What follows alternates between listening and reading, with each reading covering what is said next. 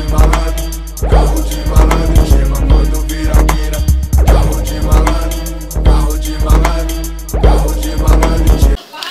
E aí pessoal, aqui que ele fala é o Rafinha Games com mais vídeo pra vocês. E eu vou explicar pra vocês como fazer um pão gostoso. Já acabo de cortar, que só fiz isso pra fingir. Tá de boa, tudo bem? Eles pegam leite moça.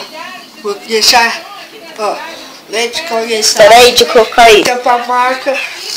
Leite condensado. Que é pra marca, né? E você coloca tanto que você quiser. Vou postar isso aí, velho. Vou postar.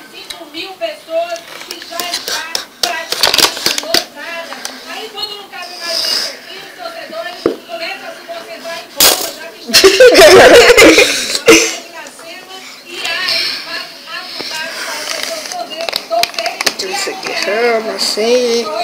Isso aqui com vontade. Comer um pão com leite condensado. Aí você faz assim. Guarda o leite condensado na geladeira. Fecha seu pão. Dá uma batida. Assim. Está pronto. Agora come. Tá. Beleza.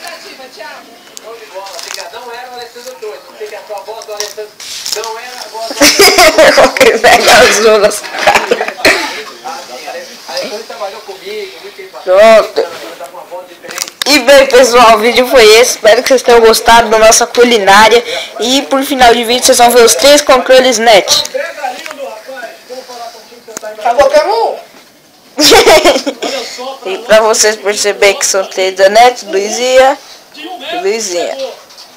Vai jogar. Olha que top. Tava triste, chateado, mas já tá forte. Vai. Pronto pessoal, o vídeo foi esse e falou.